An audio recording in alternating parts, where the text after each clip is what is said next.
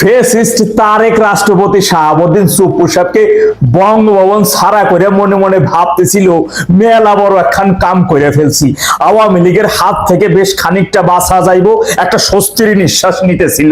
কিন্তু তাকে পদত্যাগে বাধ্য কইরা নতুন করে যে ফাড়াবাসের সিপাই পড়লো তারেক, এইটা এখন ওই হারে হারে বুঝতে পারতেছি। কিভাবে ফাড়াবাসের সিপাই পড়লো সেটা বলতেছি, তার আগে একটু বলে রাখা ভালো, শাহাবুদ্দিন চুপ্পু সাহেবের পদত্যাগে বা বঙ্গভবন ছাড়াই আওয়ামী লীগ শিবিরে একটা স্বস্তির নিঃশ্বাস বা একটা আনন্দের জোয়ার যে বইতেছে, এইটা মনে হয় একটু আশা করি বুঝতে পারতেছেন। এর কারণ হচ্ছে দেশের গুরুত্বপূর্ণ সময় বা একেবারে নাকাল অবস্থায় মেরুদণ্ড সোজা করে যে জরুরি অবস্থা জারি করার মতন সেই সক্ষমতা বা সেই সাহস যে শাহাবুদ্দিন চুপ্পু সাহেবের মধ্যে নাই বা ছিল না, এইটা কিন্তু প্রমাণিত হয়েছে। কিংবা তাকে নিয়োগ দেওয়া রাষ্ট্রপতি হিসেবে আওয়ামী লীগের যে একটা ভুল ছিল, এইটাও এখন চোখে পড়ার মতো দৃশ্যমান।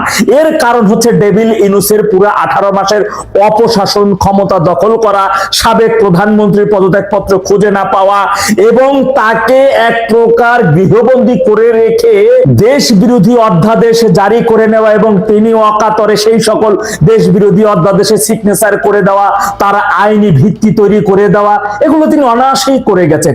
কিন্তু তার নিয়োগকর্তা দলের জন্য কিছুই করেন নাই। তিনি বঙ্গভবনে বেঁচে আছেন না মরে আছেন তার কোনো খবর আমরা পাচ্ছিলাম না। এ নিয়ে আমরা অনেকে বেশ সরব ছিলাম, প্রতিবাদ পর্যন্ত করেছি। কিন্তু তার মুখে যখন কথা ফুটলো এই থেকে আওয়ামী লীগ শিবিরে বা আমাদের মধ্যে একটা চরম অস্বস্তি দেখা দিল। কেননা তিনি যেভাবে আওয়ামী লীগকে ফেসিস্ট, স্বৈরাচার, স্বাধীনতার ঘোষক জিয়াউর রহমান, স্বাধীনতার ইতিহাস মীমাংসিত ঐতিহাসিক ইতিহাসকে বিকৃতকরণ এবং একের পর এসব কথাগুলো বেশ অস্বস্তির মধ্যেই ছিল আওয়ামী লীগ শিবির। আর এই কথাগুলো শুনলে পর মনে হতো কি যে চামড়া কাইটটা ওইখানে লবণ বা মরিচ ছিটাই দেওয়া হচ্ছে। আবার তার উপরে ডেভিল ইনুস অনেক নির্যাতন, অনেক অন্যায় করেছে, তাকে গৃহবন্দী করে রেখেছে, এই ধরনের অনেক কথা তিনি বলেছেন। কিন্তু ডেভিল ইনুসের পুরো 18টা মাস যে আওয়ামী লীগের উপর বর্বরচিত হামলা, নির্যাতন, অত্যাচার, তিনি এবার একজন মুক্তিযোদ্ধা, অথচ স্বাধীনতার আতুর ঘর 32 ধ্বংস করা হলো, এই নিয়ে একটা টু শব্দ উনি এখন পর্যন্ত আজ অব্দি করে নাই। মিডিয়ার সামনে এই বিষয় নিয়ে একটা কথা বলেছে, কেউ শুনেছেন? রাষ্ট্রপতি শাহাবুদ্দিন বা রাষ্ট্রপতির উপর ভিত্তি করে যে শেখেরি বেটি দেশে আসতেছেন না, এইটা যে প্রমাণিত হয়েছে, এইটাও তারেক এখন হারে হারে বুঝতে পারতেছে। ফেসিস্ট তারেক চুপ্পুর মুখ দিয়ে আওয়ামী লীগ সম্পর্কে এইসব বলি, অর্থাৎ তাকে ব্যবহার করে যে বঙ্গভবন ছাড়া করবে, ছুঁড়ে ফেলে দেবে, এইটা তো অনেক আগেই বলা হয়েছে, এটা অনেক আগে বেশ কয়েকটা ভিডিওতে বলেছি। সুতরাং তার ভিতরে যদি বোধ থাকতো তাহলে তিনি অনেক আগেই নির্বাচিত সরকার আসার পরপরই তিনি পদত্যাগ করতেন। ওই তারেকের মাইয়ের পায়ে সালাম কইরা চাকরির 5 বছর রক্ষা করার জন্য বা চাকরির পুরা মেয়াদ বাঁচানোর জন্য তাদের পিছে দেওয়া স্ক্রিপ্ট অনুযায়ী পইরা পইরা জাতিকে বিভ্রান্ত করার মতো কাজ তিনি করতেন না। এবার বলি রাষ্ট্রপতিকে পদত্যাগে বাধ্য করে নতুন করে ফ্যাসিস্ট তারেক কিভাবে ফাটাবাসের সিপাই পড়লো সেই বিষয়টা বলি। নতুন রাষ্ট্রপতি তো নিয়োগ দিতে হবে নাকি? কিন্তু বিএনপি বা তারেকের সেই ক্ষমতা নাই যে বিএনপির মধ্য থেকে কোন সিনিয়রের নেতাকে বঙ্গভবনে বসাবে বা রাষ্ট্রপতি বানাবে বা রাষ্ট্রপতি হিসেবে নিয়োগ দেবে। মার্কিন ডিপ স্টেট বা মার্কিনীরা যাকে চায় তাকেই রাষ্ট্রপতি হিসেবে বসাতে হবে, রাষ্ট্রপতি হিসেবে নিয়োগ দিতে হবে। আর এই পদের জন্য এরই মধ্যে একজন নারীকে তারা সিলেক্ট করে দিয়েছেন, তিনি আইরিন খান। খুব সম্ভবত বাংলাদেশের 23তম রাষ্ট্রপতি হিসেবে আইরিন খানের নামে শোনা যাচ্ছে এবং তিনি এই আগস্ট না সেপ্টেম্বরের আগে নাগাদ রাষ্ট্রপতি নিয়োগ দেওয়ার ক্ষমতা বিএনপি পারতেছে না বা নিয়োগ দিতে পারছে না। এমনকি এই নারী একজন দ্বৈত নাগরিক, তাকে এই মুহূর্তে মার্কিনীদের নাগরিকত্ব ছাড়তে হবে এবং প্রেসিডেন্ট হিসেবে বাংলাদেশে বসতে হবে। তার জন্য তিনি তার যে নাগরিকত্ব ছাড়ার জন্য একটা সময় সাপেক্ষ, সেই সময়টা তিনি নিচ্ছেন এবং সেইভাবে তিনি কাজও করতেছেন, এরই মধ্যে কাজ শুরু করে দিয়েছেন। সুতরাং এই আগস্ট মাসে গেলেই সেপ্টেম্বরের মধ্যে মার্কিন ডিপ স্টেটের নিয়োগকৃত একজন নারীকে বাংলাদেশ প্রেসিডেন্ট হিসেবে বা রাষ্ট্রপতি হিসেবে পেতে যাচ্ছে, এটা এক প্রকার নিশ্চিত। আমি সাবেক রাষ্ট্রপতির বেশ কয়েকটা অডিও ক্লিপ শুনেছি এবং সেখানে তিনি তাকে গ্রেপ্তার এবং আটক করার সম্ভাবনা নিয়ে কথা বলছেন, প্রশ্নের উত্তর দিয়েছেন। সেখানে তিনি উল্লেখ করতে চেয়েছেন যে সংবিধানের আর্টিকেল 51-এ তিনি কিভাবে প্রোটেক্টেড আছেন, এবং তিনি সবাইকে বলছেন আর্টিকেল 51 পড়তে।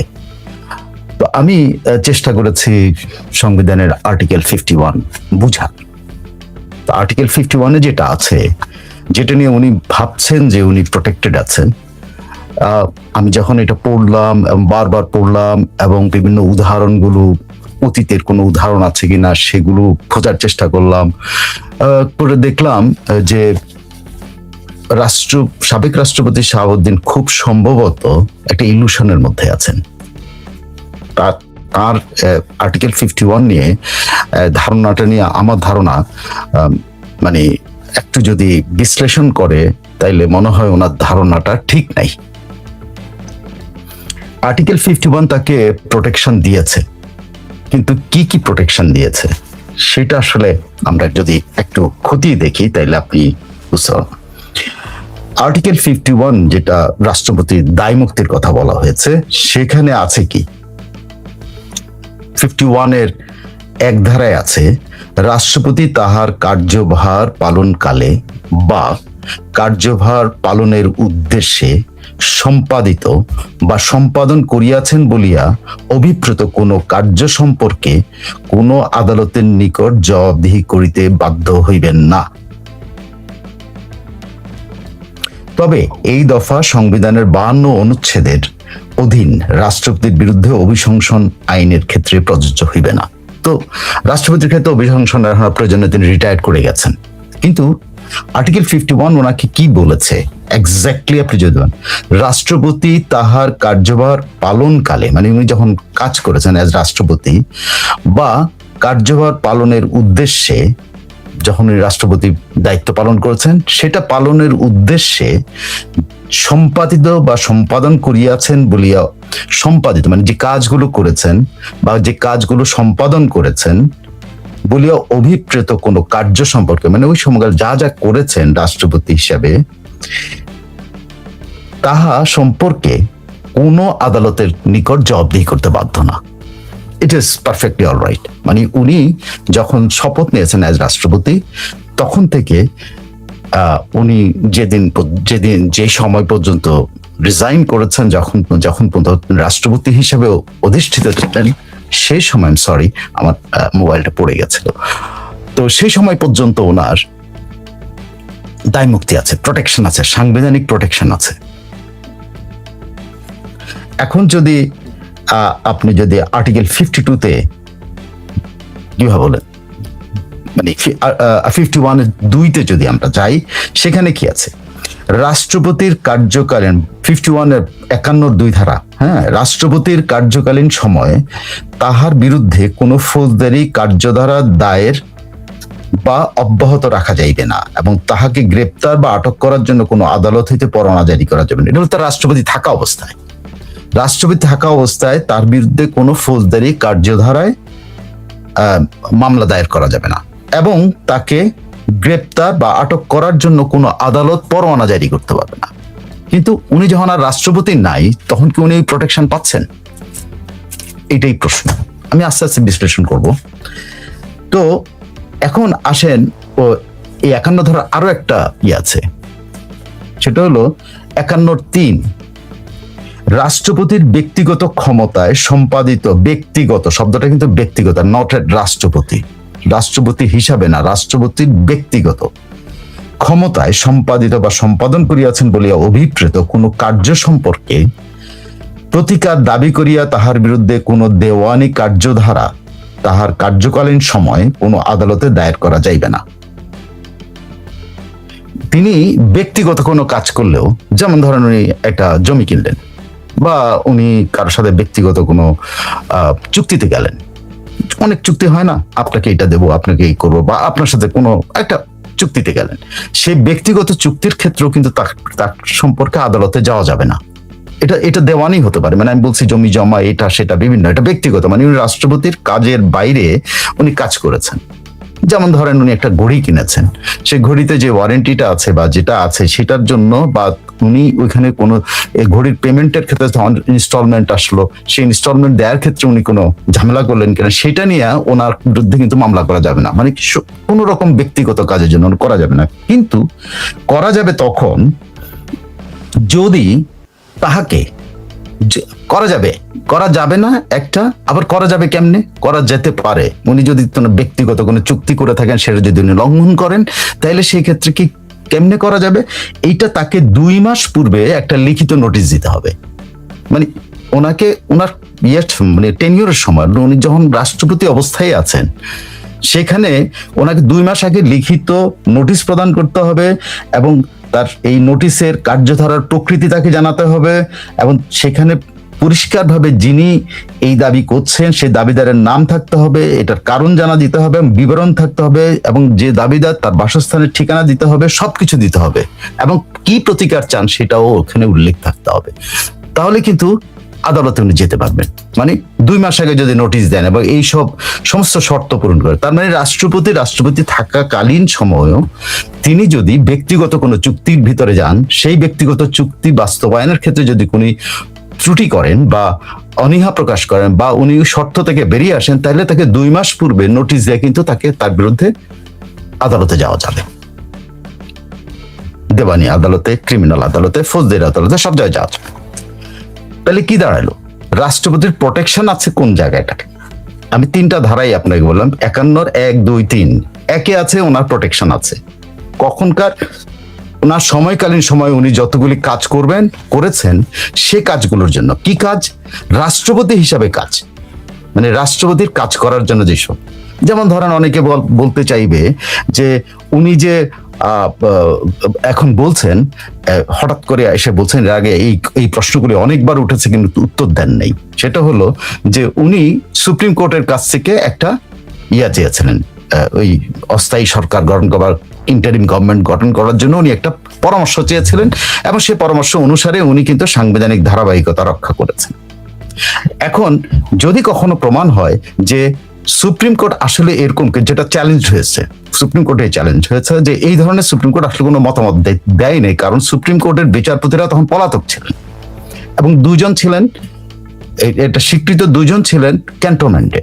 সো ক্যান্টনমেন্টে গিয়ে হয়তো ওনাদের থেকে সাইন আনা যেতে পারে, কিন্তু ওনাদের মধ্যে এমন কোনো অ্যারেঞ্জমেন্ট করা সম্ভব ছিল না যে ওনারা ইভেন অনলাইনে বসে মিটিং করতে পারেন, সেরকম অ্যারেঞ্জমেন্ট, কারণ ওনারা পলাতক ছিলেন, কার কোনো ঠিকানা ছিল না, আর 2জন তো সেনা নিবাসে আশ্রয় নিয়েছিলেন। তো সেক্ষেত্রে যখন এগুলো চ্যালেঞ্জ হয়েছে, কিন্তু উনি ওখানে প্রোটেকশন পাবেন, তারপর পাবেন মানে তার ওই সময়কালে উনি এই যে এখন যদি মিথ্যা কথাও বলেন, এটা কিন্তু প্রোটেকশন আছে। এখন উনি সত্য কথা বলছেন না মিথ্যা কথা বলছেন, এটা আদালতে উঠবে, কিন্তু আমার প্রোটেকশন আছে। প্রোটেকশনটা কি? উনি ওই কাজটা যে করেছেন সাংবিধানিক ধারাবাহিকতা রক্ষা করার জন্য অ্যাজ রাষ্ট্রপতি, ওখানে যদি কোনো ক্রাইম হয়ে থাকে, মানে উনি যদি কোনো অন্যায় করে থাকেন, ভুল করে থাকেন, ত্রুটি করে থাকেন, বা এখানে ওনাকেও যদি কেউ ভুল পথে পরিচালিত করে থাকে, এই যে উনি যে চিঠিটা সুপ্রিম কোর্টের কাছে যে মতামত চেয়ে জানিয়েছে, এইটা যদি ভুয়া হয়ে থাকে বা এইটাও যদি সুপ্রিম কোর্টে আসলে নাও দিয়া থাকে, এগুলো কিন্তু চ্যালেঞ্জ করা যাবে না, তার কর্মকাণ্ড চ্যালেঞ্জ করা যাবে না, এটা করতে পারবে না। সো ওনার ওই কর্মকাণ্ড যদি ভুলও হয়ে থাকে, ত্রুটিপূর্ণ হয়ে থাকে, উনি যদি ত্রুটিপূর্ণ পদ্ধতিতে মতামত নিয়ে থাকেন বা মতামত নেওয়াটাও ত্রুটিপূর্ণ হয়ে থাকে, এই সব কিছুর জন্য উনি প্রোটেক্টেড। বাট কারা প্রোটেক্টেড না?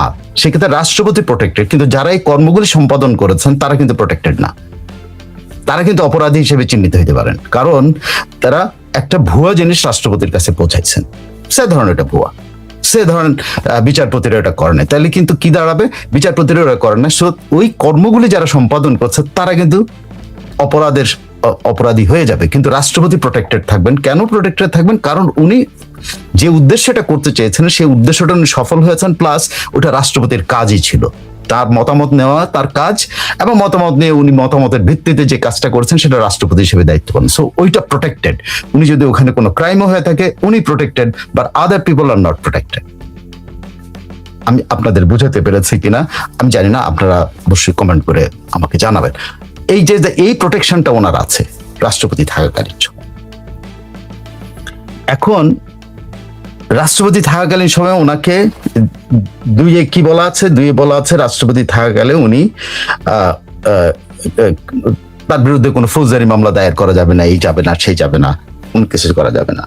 তো উনি তো এখন রাষ্ট্রপতি নাই, তো উনি ওই প্রোটেকশন তো ওনার এখন আর নাই। দেখেন, খেয়াল করে দেখেন, ওনার সময়কার টেনিউরটার সময় ওনার প্রোটেকশন আছে। টেনিউরের পরে ওনার কিন্তু প্রোটেকশনটা, ওই সময়ের কালে কোনো ফৌজদারি আদালতে ওনার বিরুদ্ধে যাওয়া যাবে না। কিন্তু ওই সময় যদি উনি কোনো ফৌজদারি অপরাধ করে থাকেন সেটার জন্য যাওয়া যাবে না। এটা তো সংবিধানের কোথাও এরকম নাই যে ওই সময় রাষ্ট্রপতি থাকাকালীন উনি এমন কিছু করলেন যেটা রাষ্ট্রের মানে ফৌজদারি অপরাধ। ওই সময় ওনার জন্য আদালতে যাওয়া যেত না। উনি ব্যক্তিগত অসৎ আচরণ করলেন, সেটার জন্য আদালতে যাওয়া যেত না। কিন্তু এখন যাওয়া যাবে না, এটা তো না। ওই সময় যদি কোনো ব্যক্তিগত অসৎ আচরণ করে থাকেন সেটার জন্য যাওয়া যাবে। ঠিক আছে, মানে সংবিধানের এটাই হলো ব্যাখ্যা, যেটা সংবিধানের মধ্যে আছে। আর 53 সেটা হলো যে ওনার ব্যক্তিগত সম্পত্তির ব্যাপারেও কিন্তু উনি যদি এটা করে থাকেন সেই সময়কালের জন্য প্রোটেকশন। কিন্তু এখন উনি যদি ওই টেনিউরের সময় যদি কোনো জাল দলিল করে থাকেন, সে ধরনের জমি কেনার সময় জাল দলিল করছেন উনি, তাইলে যিনি জাল দলিল দ্বারা ক্ষতিগ্রস্ত হয়েছেন তিনি কিন্তু এখন তার বিরুদ্ধে ফৌজদারি অপরাধে তার বিরুদ্ধে কিন্তু আদালতে যেতে পারেন। হি ইজ নট প্রোটেক্টেড। উনি ফৌজদারি অপরাধের জন্য উনি ওই সময়কালের জন্য তার বিরুদ্ধে যাওয়া যাবে না, কিন্তু উনি কিন্তু এখন কিন্তু ওনার বিরুদ্ধে যাওয়া যাবে না এটা বলা, এটা কোনোভাবেই সংবিধান এটা বলে না। আরো কতগুলি উদাহরণ আছে। সেটা হলো আপনি দেখেন, এই যে হুসাইন মোহাম্মদ এরশাদ রাষ্ট্রপতি ছিলেন, তিনিও কিন্তু এইসব ধারা দ্বারা প্রোটেক্টেড ছিলেন। কিন্তু উনি যেগুলা ফৌজদারি অপরাধ করেছেন ইয়ের মধ্যে তার টেনিউরের সময়, তিনি যখন রাষ্ট্রপতির পদ থেকে, তিনি কি সেটার জন্য দণ্ডপ্রাপ্ত হন নাই? হয়েছেন তো। কেন হয়েছেন? কারণ উনি ওগুলা ফৌজদারি অপরাধ করেছেন। সেই সময়কালে ওনার বিরুদ্ধে মামলা করা যায়নি, কিন্তু পরবর্তী সময় ওনার বিরুদ্ধে কিন্তু দুর্নীতির অভিযোগে মামলা করে তাকে কিন্তু দণ্ড দেওয়া হয়েছে। তো উদাহরণ আছে। সেখানে রাষ্ট্রপতি যেভাবে কল্পনা করতেছেন যে উনি প্রোটেক্টেড, আমি এই জায়গাটা আমার কাছে মনে হয়েছে রাষ্ট্রপতি ভুল করছেন। তিনি বুঝতে পারছেন না যে তিনি আসলে কিসের জন্য প্রোটেক্টেড। মানে আমি জানি না ওনার অ্যাডভাইজাররা, ওনার আইনজীবীরা ওনাকে কি অ্যাডভাইস করতেছে, I don't know. But as per constitution, অন্য কোনো ফাঁক ফোকর আছে কিনা আমি জানি না, বাট অ্যাজ পার কনস্টিটিউশন 51 ধারাতে তিনি যে দাবি করেছেন যে তিনি protected, no, he is not protected. এটা গেল হলো ওনার রাষ্ট্রপতি সময়কালীন সময়। এবার আসেন ওনার রাষ্ট্রপতি সময়কালীন সময়ের আগেও তো ওনার একটা জীবন আছে। দীর্ঘ সময় জাজ ছিলেন, ওইটা দুদকের কমিশনার ছিলেন, তিনি ইসলামী ব্যাংকের ভাইস চেয়ারম্যান ছিলেন, তিনি বিভিন্ন সামাজিক সংগঠনের সাথে, ব্যবসায়িক সংগঠনের সাথে অ্যাডভাইজার হিসেবে ছিলেন। তাইলে উনি যে রাষ্ট্রপতির আগে যে সময়কালটা, ওনার জীবনের যে সময়কালটা আছে, সেখানে যদি কোনো ফৌজদারি অপরাধ করে থাকেন সেটার জন্য তো উনি প্রোটেক্টেড না। হু টেলস দিস? ওনাকে কে আইডিয়া দিচ্ছে যে তিনি প্রোটেক্টেড? কেমনে? দুদকের কমিশনার হিসেবে তিনি যদি কোনো দুর্নীতি করে থাকেন, এখন যদি সেটা বেরিয়ে আসে, তো বেরিয়ে আসলে উনি কি protected? No, no, he is not. তিনি যদি ইসলামী ব্যাংকের ভাইস চেয়ারম্যান হিসেবে যদি কোনো দুর্নীতি করে থাকেন সেটার জন্য প্রোটেক্টেড না। অলরেডি ইসলামী ব্যাংকের সে কত লাখ কোটি টাকা ইসলামী ব্যাংকে লোপাট হয়েছে বলে অভিযুক্ত এস আলমের বিরুদ্ধে মামলা হচ্ছে, মামলা চলতেছে। তো সেখানে উনি কি প্রোটেক্টেড? ওই মামলায় ওনার নাম আসলে কি হবে? যদি এস আলমকে সহযোগিতা করার জন্য ওনার নাম আসে, উনি কি protected? No, he is not. এই কথাটা মানে আমার ধারণা ওনাকে কেউ ক্লিয়ারলি বুঝাতে পারছে কিনা আমি জানি না। যেই মানে বিশাল দরাজ গলায় উনি বলছেন যে উনি প্রোটেক্টেড, 51 ধারাটা পড়ে দেখেন সংবিধানের। 51 ধারা পড়েই কিন্তু ওনার এই প্রোটেকশনের ছিদ্রগুলি বের হয়। উনি ওনার আগের জীবনের জন্য মোটেও প্রোটেক্টেড না। উনি ওনার ইয়েকালীন সময়ে, কি বলে, রাষ্ট্রপতি থাকাকালীন সময়ে যদি কোনো ব্যক্তিগত অপরাধ করে থাকেন, রাষ্ট্রপতি থাকাকালীন সময়ের জন্য উনি প্রোটেক্টেড ছিলেন। কিন্তু তারপর এখন যে কেউ তার বিরুদ্ধে যে কোনো অসদাচরণ যদি উনি করে থাকেন সেটার জন্য কিন্তু এখন আদালতে যেতে পারবে, কোনো ব্যাপার না। কারণ যেটা সাধারণ দৃষ্টিতে কোনো আইনজীবীর প্রয়োজন না, আমাদের বাংলা ভাষায় যদি আমরা ব্যাখ্যা করে জিনিসটা পড়ি, আমরা যদি মন দিয়ে জিনিসটা পড়ি, আমরা কিন্তু ফাঁক ফোকর গুলো কিন্তু আমাদের চোখের সামনে আছে। এখানে কোনো আইনজীবীর দরকার নাই, ব্যারিস্টারের দরকার নাই, সংবিধান বিশেষজ্ঞেরও দরকার নেই। সাধারণভাবে আমি আদালতে যেতে পারি, আমি কি বিচার পাবো সেটা পরের ব্যাপার, আমি কি সলিউশন পাবো সেটা পরের ব্যাপার, কিন্তু আমি আদালতে যেতে পারবো না এই সাধারণ ধারণাটা একেবারে। এখন যদি আমি আদালতে যেতে পারি, ব্যক্তিগত অসদাচরণের জন্য আমি আদালতে যেতে পারবো, যদি আমি আদালতেই যেতে পারি এবং সেই আদালতে যদি ওই মামলাটা, যে অভিযোগটা আমি করলাম, সে অভিযোগের ভিত্তিতে যদি উনি গ্রেপ্তারি পরোয়ানা যোগ্য অপরাধ করে থাকেন, তাহলে আদালত তার বিরুদ্ধে গ্রেপ্তারি পরোয়ানা দিতে পারবে না। কেন পারবে না? কারণ আমি যদি আদালতে যেতে পারি এবং সে অভিযোগটা যদি গ্রেপ্তারি পরোয়ানা যোগ্য একটা অপরাধ হয়ে থাকে, আদালত কেন তাকে বিরুদ্ধে গ্রেপ্তারি পরোয়ানা দিতে পারবে না? সো যারা এই আইডিয়াটা তাকে দিচ্ছে যে ওনাকে গ্রেপ্তার করা যাবে না, টোটালি আটারলি আমার ধারণা কি, আমার পড়া সংবিধান অনুসারে আমি যেটুকু বারবার পড়ে দেখেছি এবং অতীত উদাহরণগুলো করে দেখেছি, উনি কোনোভাবে পাবেন না। এরশাদ পায় নাই। এরশাদ তার রাষ্ট্রপতি থাকাকালীন সময়ের জন্যই উনি যে দুর্নীতি করেছেন সেটার জন্য তার দণ্ড হয়েছে। সো উনি রাষ্ট্রপতি থাকাকালীন সময়ে যদি অপরাধ করেন সেটার জন্য না দণ্ড হতে পারে ওনাকে, এবং সেই দণ্ডের হতে পারে এরকম অভিযোগ হলে এরশাদ যেমন গ্রেপ্তার হয়েছেন তাকেও গ্রেপ্তার করা যেতে পারে। সো আমার দৃষ্টিতে সাংবিধানিক যে ব্যাখ্যাগুলো আছে বা সংবিধানের যে অনুচ্ছেদগুলোতে ওনাকে প্রোটেকশন দেওয়া হয়েছে, সে সংবিধানের অনুচ্ছেদগুলো অনুসারে আমার কাছে পরিষ্কার যে রাষ্ট্রপতিকে গ্রেপ্তার করা সম্ভব এবং বিচারও সম্ভব, অসম্ভব কিছু না। কারণ পরিষ্কার করে খেয়াল করে বলেন, ওনার একটা অতীত জীবন আছে, সেখানে দুর্নীতি হতে পারে। ওনার একটা অতীত জীবন আছে, তিনি সেখানে অসদাচরণ করে থাকতে পারেন। তিনি রাষ্ট্রপতি থাকাকালীন সময় অসদাচরণ করে থাকতে পারেন। তিনি রাষ্ট্রপতি থাকাকালীন সময় কোনো ব্যক্তিগত সম্পদ আহরণের সময় জালিয়াতি করে থাকতে পারেন। তিনি ব্যক্তিগতভাবে কাউকে প্রতারিত করতে পারেন। সে কোনটা কি আছে সেটা আমার জানা নেই, বাট ওনাকে মানে ট্রায়ালে নেওয়া যাবে না, ওনাকে অ্যারেস্ট করা যাবে না, এই আইডিয়াটা আটারলি রং। ইট totally depends on the government. যে দল আছে এখন, শাসক শ্রেণী যে দল, তারা যদি রাষ্ট্রপতিকে প্রোটেকশন দিতে চায়, তারা কোনোটাই আমলে নেবে না। তারা কোথাও মামলা হইতে দেবে না, মামলা হলেও তারা এটা ঝুলায় রেখে দেবে, কোনো কিছুই তারা সামনে আগাতে দেবে না। মানে রাষ্ট্রপতিকে তারা যদি মনে প্রাণে মনে করে এই রাষ্ট্রপতিকে আমরা প্রোটেকশন দেবো, আমরা রাষ্ট্রপতি টাচ করবো না, তাহলে অসম্ভব বলে কিছু নাই। তারা সরকারের পক্ষে এটা সম্ভব এবং সরকারি দলের পক্ষে এটা সম্ভব। আমার ধারণা যে জামাতে ইসলামী বা এনসিপি যে দাবিগুলো করছে, তারা কিন্তু আইনের ব্যাখ্যা নিয়ে দাবি করতেছে, তারা কিন্তু আইনের কোনো অপব্যাখ্যা করছে না। তাদের উদ্দেশ্য কি বা তাদেরকে আমি সমর্থন করি না কিনা এগুলা বিষয় না, বিষয়টা হলো তারা কিন্তু আইনের ব্যাখ্যা নিয়ে কিন্তু বলছে ইটস পসিবল। সাবেক রাষ্ট্রপতি শাহাবুদ্দিনকে আটক করা সম্ভব, সাবেক রাষ্ট্রপতি শাহাবুদ্দিনকে আদালতের কাঠগড়ায় নেওয়া সম্ভব, সাবেক রাষ্ট্রপতির বিরুদ্ধে সব ধরনের প্রসিডিং সম্ভব। শুধু সম্ভব না, তিনি প্রোটেক্টেড। উনি রাষ্ট্রপতি থাকাকালীন রাষ্ট্রপতির কার্যকালে রাষ্ট্রপতির দায়িত্ব হিসাবে যে কাজগুলো করেছেন, সেখানে কোনো ভুল হয়ে থাকলে সেটার জন্য তাকে কোশ্চেন করা যাবে না। যেমন যেটা আমি উদাহরণ দিলাম, যে জালিয়াতিটা মানে সন্দেহ করে সুপ্রিম কোর্টের বহু আইনজীবী, যে সুপ্রিম কোর্টের থেকে যেই মতামতটা উনি নিয়েছেন ইন্টারিম গভর্নমেন্ট করার জন্য, সেখানে জালিয়াতি হয়েছে, সেখানে এই সব বিচারপতি অ্যাভেলেবল ছিলেন না এবং সেখানে কোনো মিটিং হয় নাই।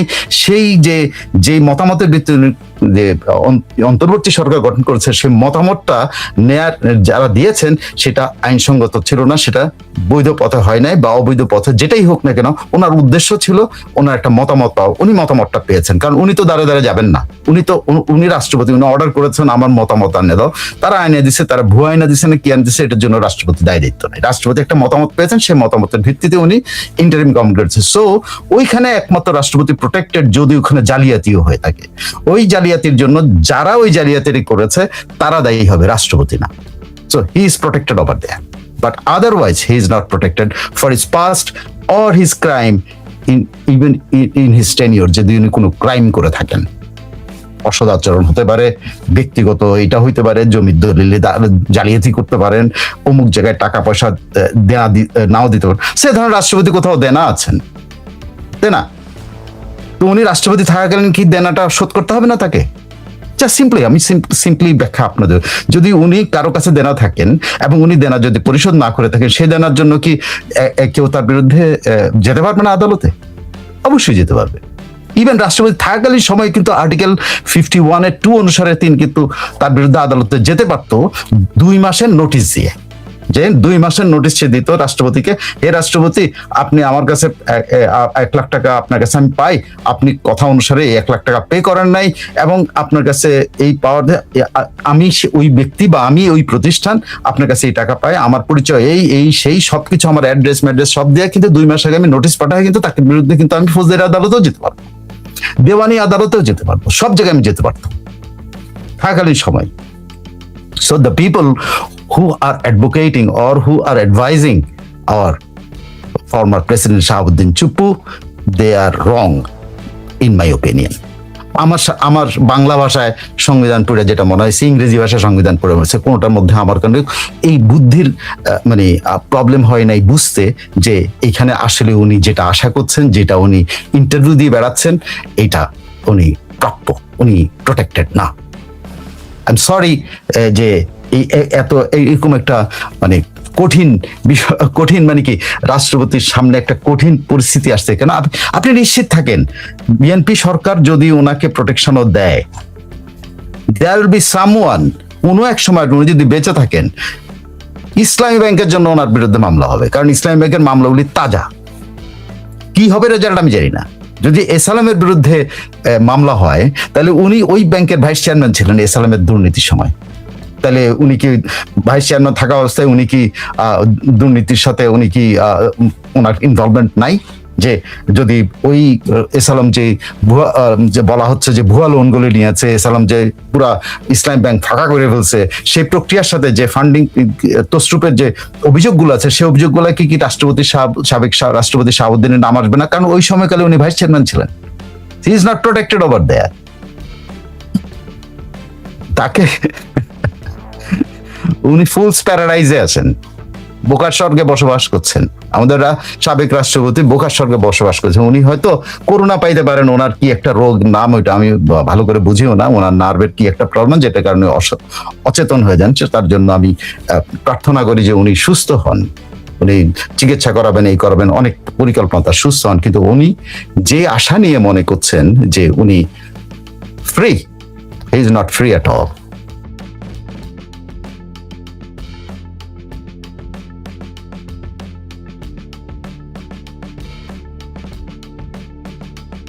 কোনো সন্ধান হয়নি, কারণ প্রত্যেক বছর ওনারা এটাকে রিনিউ করেন, প্রত্যেক বছর নতুন করে ওনারা চান যে কাকে কাকে অ্যাক্টিভেশন কার্ড দিবেন। হ্যাঁ, তো দুর্ভাগ্যজনক হলো যে এই অ্যাক্টিভেশন কার্ডকে আমাদের সমাজের মধ্যে বা আমাদের সাংবাদিক সমাজের মধ্যে একটা মর্যাদার হিসেবে দেখে, যে এটা হ্যাঁ, যে এটা থাকলে উনি মর্যাদাবান। এই জন্য এই কার্ড যারা ধারী আছেন, তারা তাদের দাড়ি না থাকতে পারে, কিন্তু কার্ড ধারী আর কি ওনারা। তার মধ্যে আমিও একজন ছিলাম আর কি। শেষ দিকে আর আমার কোনো মানে শেষ 8-10 বছর আমি আমার কার্ড, আমার নামও আমি নিজেকে উইথড্র করেছি, আমার কোনো দরকার ছিল না। মানে এটা কোনো প্রয়োজন নাই, এর কোনো প্রয়োজন না। আপনি যদি সেক্রেটারিয়েটে যেতে চান, আপনার কার্ড নিতে হবে, আপনি পুলিশকে ঘুষ দিয়েও ঢুকতে পারেন। It doesn't matter. আমাদের একটা সময় ছিল, আমার একটা ঘটনার কথা আপনি বলি, তখন প্রেস ক্লাবের দিকে গেটটা ছিল। তো একদিন অনেক বৃষ্টি, প্রচন্ড বৃষ্টি, তখনকার এখনকার মতো এরকম সুদৃঢ় ছিল না, একটা গেট ছিল আর কি। আপনারা সে সময় হয়তো ঢাকায় আপনারা ওইভাবে মানে এই গেটের ওই সময়টা আপনারা দেখেন, এই পাশে একদম প্রেস ক্লাবের গেটের পাশে একটা গেট ছিল। তো সেই গেটের অনেক বৃষ্টি, তো বৃষ্টির মধ্যে দিয়ে আমিও কি কারণে যেন দৌড়ায়, মানে একটু বৃষ্টি একটু থামছে, তখন দৌড় দিয়ে যায় আমি ওইখানে একটা ইয়ার মতো ছিল, শেডের ওখানে গেছি। শেডের ওখানে পুলিশরা দাঁড়ায় থাকতো, ওখানে পুলিশদের একটা থাকার ইয়েটা ছিল। তখন বৃষ্টির পানিতে ভেসে গেছে। তো হঠাৎ দেখি যে বৃষ্টির পানিতে সব টাকা ভাসতেছে, মোচড়ানো টাকা, এখানে মোচড়ানো টাকা, ওখানে মানে ঢোকার সময় পুলিশকে হয়তো হাতে দিতে পারে নাই, ফালাই দিয়ে চলে গেছে। আর পুলিশ এগুলো সংগ্রহ করার সময় না বৃষ্টিতে ভেসে গেছে আর কি, আর ভাইসে এই টাকাগুলো ভাসতে ভাসতে রাস্তার দিকে আসা শুরু হয়েছে, কই মাছের মতো ভাসতেছে। ভাসতেছে। তো আমার এগুলা মানে অনেক মজার মজার অনেক ইয়েতে যে এরকম, এবং মেইন গেট দিয়ে কোনো ব্যাপারই না, আপনি ঢুকতে চাইতেন, আপনার ঢোকাটা কোনো ব্যাপার না, আপনি টাকা দিয়ে ঢুকতেই পারতেন। সো বাংলাদেশের প্রেস সচিবালয়ে ঢোকার জন্য টাকাই যথেষ্ট ছিল একটা সময়। এখন কত কি আমি জানি না, কারণ আমি 8 বছর ধরে, অলমোস্ট 7-8 বছর ধরে আমি আর জানি না, কিন্তু টাকা কোনো ফ্যাক্ট, টাকা হইলে আপনি ঢুকতে পারবেন, এটা নিশ্চিত থাকেন, এ সম্ভব। আর কি আছে, আর আছে আপনার যদি মিনিমাম একজন পিআরওর সাথে পরিচয় থাকে। তো একজন সাংবাদিকের সাথে একজন পাবলিক রিলেশন অফিসারের মন্ত্রণালয় এটা থাকে না, এটা তো অস্বাভাবিক ঘটনা। একজন পিআরওর সাথে পরিচয় থাকলে, অথবা আপনার যদি মন্ত্রীর পিএস এর সাথে পরিচয় থাকে, অথবা সচিবের পিএস এর সাথে যদি পরিচয় থাকে, কারো না কারোর সাথে তো আপনার পরিচয় আছে, পরিচয় হয়। একজন সাংবাদিক যদি সেক্রেটারিয়েটে যেতে চান, কারো না কারো মাধ্যমে, কোন না কোনো একজন সাংবাদিক যিনি ঢাকায় সাংবাদিকতা করেন বা মফস্বলে একটু ভালো সাংবাদিকতা, তার মফস্বলে একজন সংসদ সদস্যের সাথে তার পরিচয় নাই, এটা হইতে পারে না। তো সংসদ সদস্যের সাথে তো সে ঢুকে যেতে পারে, কোনো ব্যাপার না। তো কোনো না কোনো পন্থা, সরকারি কর্মকর্তা আছে, পিআরও সাহেব আছেন, পিএস সাহেব আছেন, সচিবের পিএস আছেন, না তারপরে একজন অ্যাসিস্ট্যান্ট সেক্রেটারি আছেন, একজন সিনিয়র অ্যাসিস্ট্যান্ট সেক্রেটারি আছেন, একজন ডেপুটি সেক্রেটারি আছেন, একজন জয়েন্ট সেক্রেটারি বা কয়েকজন জয়েন্ট সেক্রেটারি আছে, এডিশনাল সেক্রেটারি আছে। কেউ না কেউ আপনার একজন পরিচিত থাকলেই তো আপনি ঢুকে যেতে পারেন। এই কার্ডের কোনো দরকার আছে? কোনো দরকার নেই। বাট বাংলাদেশে আমরা এটাকে প্রেস্টিজিয়াস মনে করি, যে কারণে আমরা এসব কার্ড করি। কিন্তু পৃথিবীর কোথাও আমি আপনার বলে আমাদের প্রেস অ্যাক্রেডিটেশন কার্ড আমি পৃথিবীর কোথাও কোনো কাজে আসছে আমি দেখিনি। আমি বহু কনফারেন্সে জয়েন করছি ইন্টারন্যাশনালি, বহু কি বলে কনফারেন্সের উপর সরকারি মানে ইন্টারন্যাশনাল প্রতিষ্ঠানের ইয়াতে, যেমন এডিবির অনুষ্ঠানে জয়েন করছি, ওয়ার্ল্ড ব্যাংকের অনুষ্ঠানে জয়েন করছি। আমার এগুলোর কোনো প্রয়োজন হয় নাই। আমি অনেক সাংবাদিকতার অনেকগুলা সেমিনারে জয়েন করছি, কোনো কিছু পড়ার নাই। আপনার কি দরকার? আপনার পরিচয়টা কি? আপনার প্রতিষ্ঠানের কার্ডটা হলো আপনার পরিচয় ইন্টারন্যাশনালি, ওটা হইলে আপনার আর কিছু লাগে না। তো আমাদের দেশের এই কার্ড সারা দুনিয়াতে কচু ওরও ঘন্টা দিয়েও মাপে না, কিছুই আসা যায় না। এই আপনার পিআইডি কার্ড থাকলে কি না থাকলে কি, আমার কোনোদিন প্রয়োজন হয় না, নেভার এভার। কিন্তু এটা প্রেস্টিজিয়াস আমাদের দেশে। আপনার একটা কার্ড থাকলে আপনার কাছে, হ্যাঁ আমি তো কাউকে না বলে এই এক সেক্রেটারিয়েটে ঢোকার জন্য এক কার্ড। আর কোথায় আপনি এই কার্ড লাগে? আরেকটা হলো আবার ফরেন অফিস কি করছে, তারা তাদের ঢোকার জন্য আবার আলাদা পাসের ব্যবস্থা করছে। হ্যাঁ, রেস্ট্রিকশন অবশ্যই থাকবে সব দেশে, কিন্তু বাংলাদেশের মতো জায়গাতে রেস্ট্রিকশন কারো না কারোর সাথে আপনার খাতির আছে। এই ভাই 14 কোটি মানুষ, 18 কোটি দেশের মানুষে কোথাও না কোথাও একটা আত্মীয় খুঁজে পাবেন, কোথাও না কোথাও বন্ধু খুঁজে পাবেন, আর না হোক বড় ভাই খুঁজে পাবেন, আর না হোক ছোট ভাই খুঁজে পাবেন। আর যদি না পান কিছু, পুলিশ তো আছেই, আপনার টাকা দিয়ে আপনি ঢুকতেই পারেন। এটা এটা এটা এটা একদম ওপেন। আমি আপনার তো ঘটনা, এটা সত্য, আমি জানি। টাকা আছে আপনার কাছে আর আপনি ঢুকতে পারবেন না, এটা হয় না। তারপর মন্ত্রীদের গাড়ি আছে, আপনার কেউ জিজ্ঞাসা করবেন না, মন্ত্রীর গাড়িতে করে আপনি ঢুকে যেতে পারেন, কোনো কিছু তার জিজ্ঞেস করবে না। এই এক জিনিসের জন্য আমরা এর পেছনে, এবং তথ্যমন্ত্রী এই লয়া মিটিং করে, আরে বাপরে বাপ, সারা বাংলাদেশে উনি নাহলে 500 কার্ড দিবেন। এর লেগে মন্ত্রী এত সময় বাংলাদেশের মন্ত্রীদের, যে উনি অ্যাক্রেডিটেশন কার্ডের সবাই সভাপতিত্ব করতেছে। আর আমার না মাঝে মধ্যে মনে হয় যে এইসব কাজের জন্য যদি মন্ত্রী হয় তার দরকার কি? আমাদের দেশে এত মন্ত্রীর দরকারটা কি?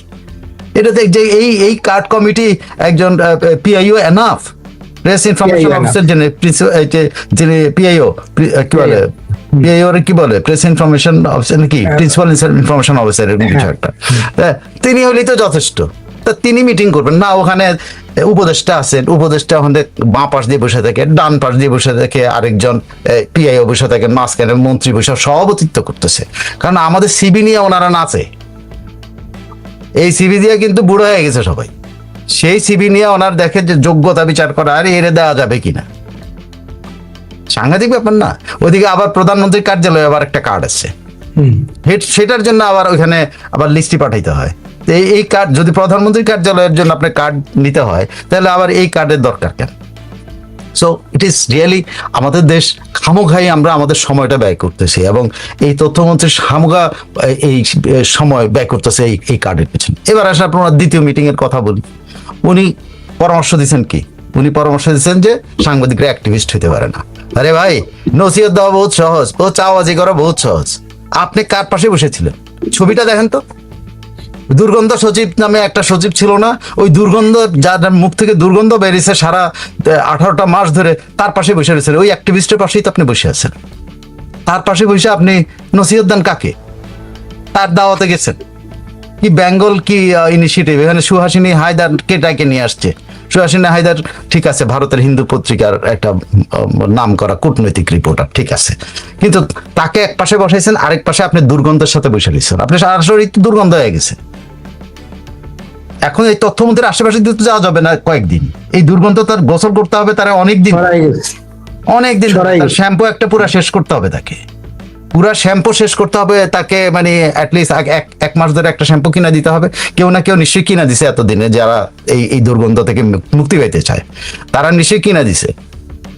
যেমন ওবায়দুল কাদেরের ঘড়ি কিনা দিত, ওনারে শ্যাম্পু কিনা দিতে হবে আমাদের। এছাড়া তো কোনো উপায় দেখতেছি না। আপনি আমার তরফ থেকে একটা শ্যাম্পু উপহার দিয়ে দিন আমাদের তথ্যমন্ত্রীর, তারপর তাকে একটা টুথপেস্ট উপহার দিন যাতে দাঁত ব্রাশ করতে পারে, কারণ ওই দুর্গন্ধ তার সারা শরীরের মধ্যে, দাঁতের ভিতরে, মুখের ভিতরে, সব জায়গায় গেছে, তাই না? পারলে একটা রেজার দিয়ে দেন যেন চুল কামাইতে পারে, কারণ এই চুলের ভিতরে গন্ধ ঢুকে পড়ছে, চুলগুলো কামায় মানে যেন টাক হইতে পারে।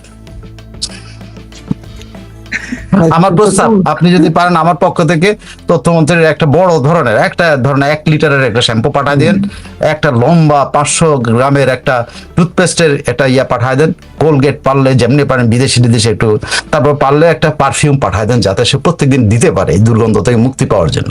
সেই দুর্গন্ধের পাশে বসে উনি নসিহত দেন, লজ্জাও করে না। আপনার এই তথ্যমন্ত্রী নিয়ে আজকে আলোচনা উঠে যাবে, শুনলে আমার কাছে মেজাজ খারাপ হয়ে যায়। যথাযথ তথ্য উপাত্ত ছাড়া কোনো তথ্য সংবাদ নয়, এটা তো আমরা জানি না। এইটা তো জানি না, সংবাদ তো হয়েছে, উনি দুর্গন্ধের পাশে বসে রয়েছে, এটা সংবাদ নেই যে আমরা কথা বলতেছি। এটাই তো যথাযথ তথ্য, এটাই তো যথাযথ তথ্য। আচ্ছা, তিনি এই প্রোগ্রামটায় গেলেন, আমার মনে হচ্ছে এই প্রোগ্রামে দুর্গন্ধ অ্যাক্টিভিস্টের পাশে বসে থেকে বলে অ্যাক্টিভিজম করো, অ্যাক্টিভিজম কথা হলো অ্যাক্টিভিস্টের পাশে বসে রয়েছে, সে তারা স্বীকৃতি দিয়ে ওখানে বসে আছে। ছবি দেখছেন আপনি? ছবিটা দেখেন আপনার জনগণকে, আপনার দর্শকদেরকে আপনি পারলে ছবিটা দেখান, যে ছবিটা এই দেখেন ভাই, যে দুর্গন্ধের পাশে বসে থেকে আমাদেরকে দুর্গন্ধ মুক্ত থাকতে বলে।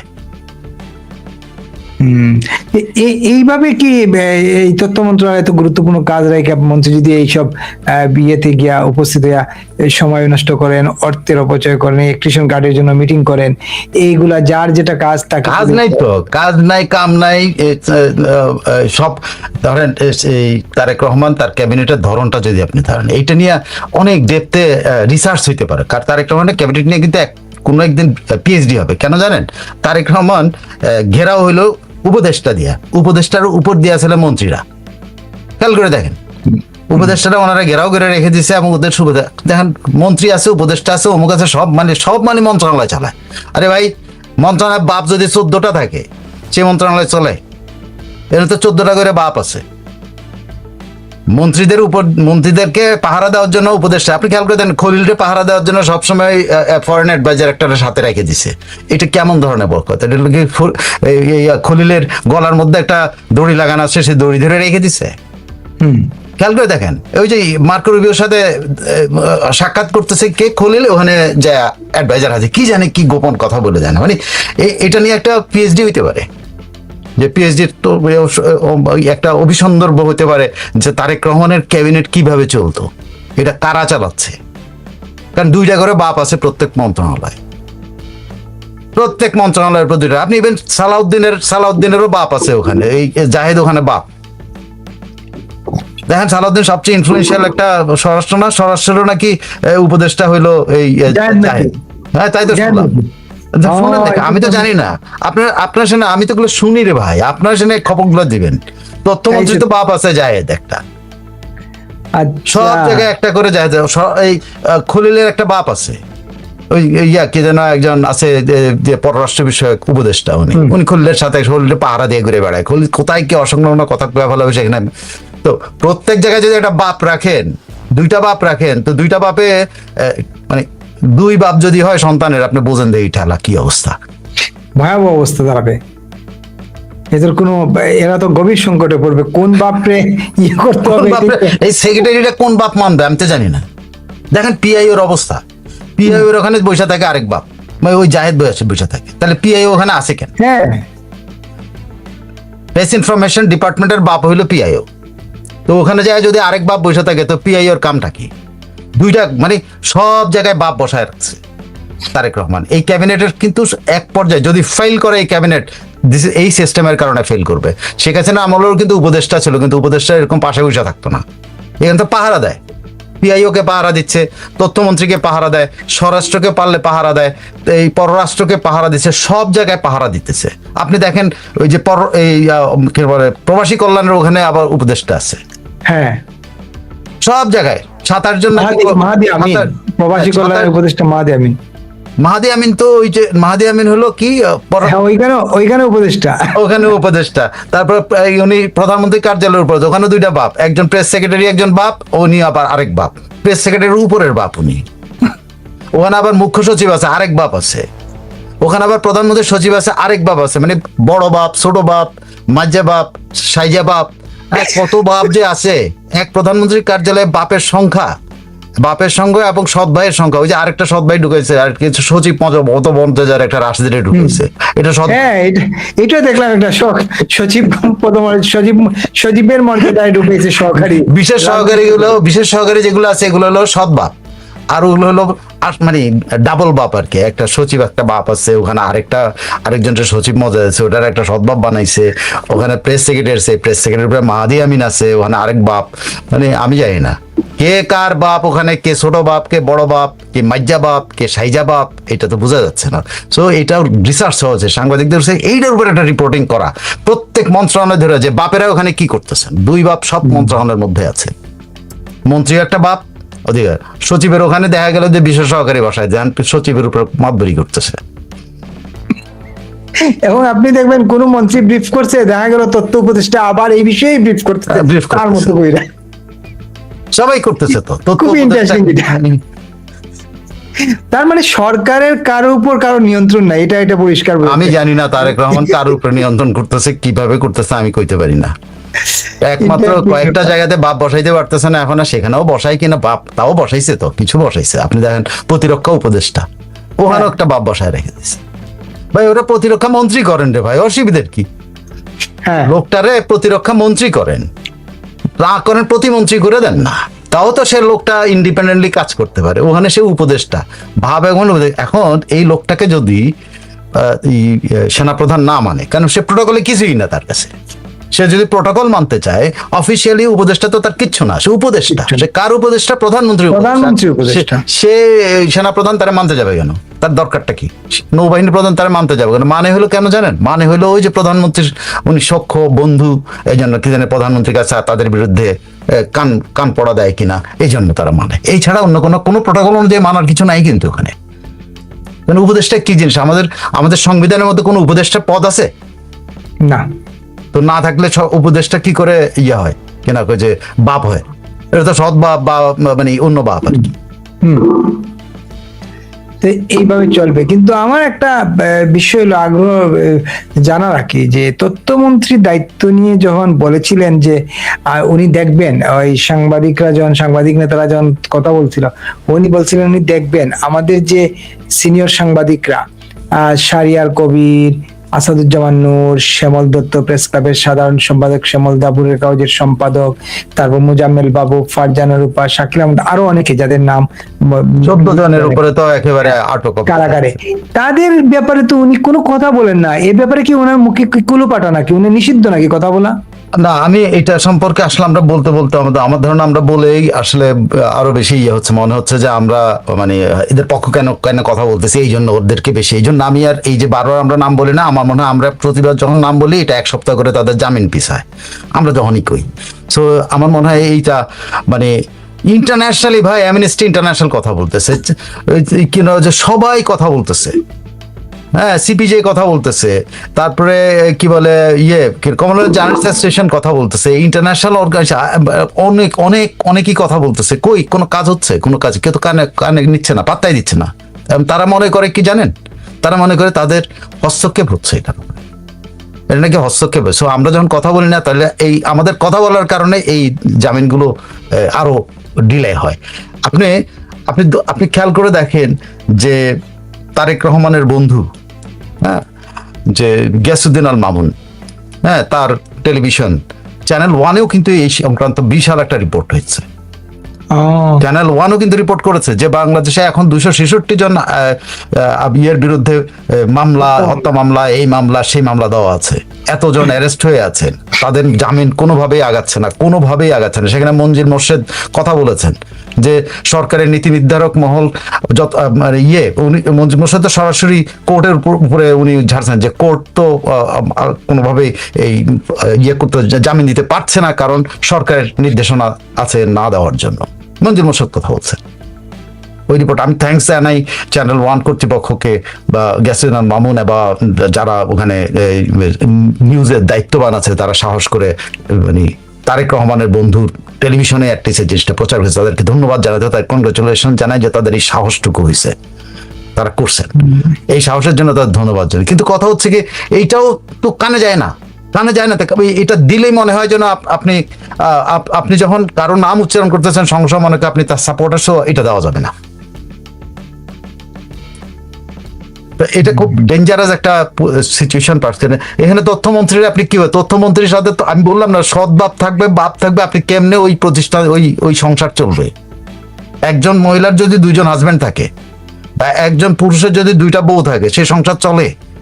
খালি ওই বিবেচনা করেন না, মুসলমানদের চলতে পারে 4খান বউ, মানে বউদেরকে ব্যবহার করা ছাড়া আর কোনো কাজে তো হয় না, মানে ওই সংসার তো আর চলে না। 4 জনের মত 4টা হয় নাকি? মুসলমানদের অনেক হ্যাঁ, যে 4টা বউ, তারা 4 জন বউ করেন, 4 জন বউ হলে সংসার চলে না তো। কিন্তু তারা তো মনে করে তাদের ভোগের পণ্য, সেই জন্য বলে। কিন্তু এইভাবে আপনি প্রত্যেকটা মন্ত্রণালয়ে 2টা বাপ বসায় রাখছেন, তো সে সংসার চলবে কেমন? একজন মহিলার 2টা হাজবেন্ড থাকলে, এই মন্ত্রণালয়কে যদি একজন মহিলা ধরেন আর 2টা করে বাপ ধরেন, আপনি সংসার চলবে? ওই মহিলা সংসার চালাইতে পারবে? 2 হাজবেন্ডকে সে মেনটেন করে চলতে পারে? এটা খুব আদিকালে হইতে পারতো, এখন কি আর এটা সম্ভব? সরি আমি এইভাবে উদাহরণ দেওয়ার জন্য, but this is the truth, যে এই সিচুয়েশনটা কিন্তু এরকম পর্যায়ে 2 বাপের সংসার হয়ে গেছে প্রত্যেক মন্ত্রণালয়। তাহলে তো আমরা আর কথা বলা উচিত না আমাদের বন্ধুদের জন্য, কারণ হচ্ছে তারপরে বলতে হবে তারা যদি এইভাবে করে, এটা তো খুব খারাপ জিনিস। বলতে তো হবে, আমাদের জারি রাখতেই হবে, যে আমাদের দাবি জারি রাখতেই হবে, আদারওয়াইজ তো আমাদের বন্ধুরা ওরা এরকম করে আমাদেরকেই কোণঠাসা করতেছে। সো এটা জারি রাখতেই হবে, বাধ্য আমরা, যদিও এটার জন্য যদি তাদের জামিন না হয় সেটার জন্য কিছু করার না, কিন্তু আমাদের জারি রাখতে হবে। সরকারের উচিত আসলে ব্যাপারে একটা করা হয়, স্পার না স্পার না, এদের জামিন হবে না বললেই হয়। এই কৌশল করে করে এই জেলের মধ্যে রেখেই তাদেরকে একদম করে দিতেছে। চিন্তা করেন 2টা বছর ধরে তারা কারাগারে সবাই, এবং চিকিৎসা পাচ্ছে না সবাই, তো অলমোস্ট সবাই নানা শারীরিক সমস্যা আছে বিভিন্ন জনের, কারো প্রেশার, কারো কারো ডায়াবেটিস, কারো এই সেই নানা রোগ আছে, কারো ক্যান্সার, নানা কিছু। এইসব করোনা ভিক্ষা করেন না, না আমি বলছি করোনা ভিক্ষা, এখানে না আমি বলছি এরা চিকিৎসা পাচ্ছে না। না করোনা ভিক্ষা আর করেন না, কারণ ওটা ওদের দায়িত্ব দেওয়া, এটা করোনা ভিক্ষা হয়। এই করোনা ভিক্ষা করলে ওরা আর দেয় না। দেখেন আপনি এরকম করবেন, কাল পরশুদিন, কালকে যখন আবার রোববার হবে তখন কেউ দেখা করতে যাবে, তার দেখা করতে দিবে না। ওষুধ নেওয়া যাবে, ওষুধ দিতে দেবে না। একটা খাবার নেওয়া যাবে, খাবারটা দিবে না, আটকাই দেবে। আপনার এই কথা বলার জন্য বললো যে তো এইটা বলছে, এটা থামাইতে হবে, আটকাইতে হবে। তথ্যমন্ত্রী তো মূল কাজ রেখে আকাজে আছেন, তিনি নতুন ইতিহাস আমাদেরকে শিখাইতেছেন, প্রজন্মকে এইসব নিয়ে ব্যস্ত। তিনি মুক্তিযুদ্ধের ইতিহাস শিখাইতেছেন, নতুন করে আমরা লিখতে হবে ইতিহাস। এই মোটামুটি এই ছিল। এর মধ্যে এত করে একটা জিনিস, দেশব্যাপী সাংবাদিকরা আক্রান্ত হচ্ছেন, এটা কিন্তু বন্ধ হচ্ছে না। আজকেও কুয়াকাটায় দেখলাম, কালকে রাত্রে কুয়াকাটায় দেশ রূপান্তরের প্রতিনিধিকে হাতুড়ি দিয়ে, লাঠি দিয়ে পিটে আহত। এরকম অথর্ব তথ্যমন্ত্রী থাকলে তো এটা হবেই। একটা অথর্ব তথ্যমন্ত্র, সে তার জাহিদরে ঠেকাইতে পারে না, উপদেষ্টা ঠেকাইতে পারে না। সে কনস্টিটিউশনালি, বাংলাদেশ কনস্টিটিউশন হচ্ছে সে মন্ত্রী, কনস্টিটিউশনাল পদ, সে কনস্টিটিউশন মন্ত্রী। আর ওই বেটা হইলো কি, আমার তারেক রহমানের ইচ্ছা, তার কাছে তার পায়ের তলায় পড়ে থাকে তথ্যমন্ত্রী। আপনি করবেন কি? সে এক কথা কয়, তো উপদেষ্টা আরেক কথা কয়। লজ্জা থাকলে পদত্যাগ করে চলে যাওয়া, যে উপদেষ্টার সংসার চালাক, আমরা ভাই চলে যাই। চালা তোরা তোদের তথ্য মন্ত্রণালয়ের সংসার যেটা যেটা চালা, খায়া মারা যা থাক, এগুলো এদের লজ্জাও তো না, মানে ওই মন্ত্রী পদও লাগবে, বুঝছেন, এটা ছাড়া তো চলে না। এটা একদম। আমরা কয়েকটা কমেন্ট পরে আমরা শেষ করবো, একেবারে শেষ দিকে চলে আসছি। প্রথমে একটা কমেন্ট পড়ি। আপনার সাইফুল স্টুডিওতে মেন্টর মিসি যে ইয়েটা দেখছেন একটু আগে, এই রাষ্ট্রপতির উপর, উনি একটা কমেন্ট করছেন কোনটা? শাহাবুদ্দিন সাহেবের, আমি পড়ি। ভাই আপনার ভিডিওটা পুরো দেখলাম, প্রাক্তন রাষ্ট্রপতি শাহাবুদ্দিনের উপর। শাহাবুদ্দিন সাহেবের উপর অনেক রাগ ছিল, কিন্তু আপনার ভিডিও দেখার পর মনে হলো আসলেই ভদ্রলোক অনেক ক্রাইসিসে জর্জরিত ছিল। এইটা আমি পড়লাম আগে, শুরুর দিকে উনি কমেন্টটা করছেন মাঝামাঝি সময়ে। তারপরে অনেকে কমেন্ট করছেন, ইয়ে লিখছেন, উনি কি আজকেরটা দেখে করছেন নাকি আগের? আজকেই তো। না, আজকে তো আমি সে ক্রাইসিসের কথা তো আজকে হলো তার সাংবিধানিক বিষয় আলোচনা করছি। আচ্ছা, আগেরটা তাই আগের হয়তো হইতে পারে। হয়তো। আচ্ছা, তারপরে বেলামেন্টাল লিখছেন যে চারদিকে কার্ড আর কার্ড, সার্জিওগুর নাকি রেড কার্ড ইয়েলো কার্ড নিয়ে আসতেছে। এগুলো দিলে আমরা ভালো থাকবো। আবার গ্যাস নাই, গ্যাস কার্ড একটা দেওয়ার কথা ছিল, গ্যাস কার্ড তো দেয় নাই, গ্যাস সংকট তৈরি হয়েছে আবার। হ্যাঁ, তারপরে অনেকজন কি জানি লিখছেন। আচ্ছা, মেন্টর মিডিয়া একটা লিখছেন, নেত্রী আসবে, আসতে হবেই, নেত্রী আসবে, দেশ ৭১-এর দেশ হবে, সত্য তো সত্য, ক্ষণিকের জন্য চাপা পড়ে তারপর ভয়ঙ্কর রূপে নিজেকে আত্মপ্রকাশ করে। জয় বাংলা, জয় বঙ্গবন্ধু, যুগান্তকারী উন্নয়নের প্রতীক নেত্রী। আচ্ছা, আর খুশি এন্টারপ্রাইজ দিতেন ৫ আগস্টের পর সবচেয়ে বেশি মৃতদেহ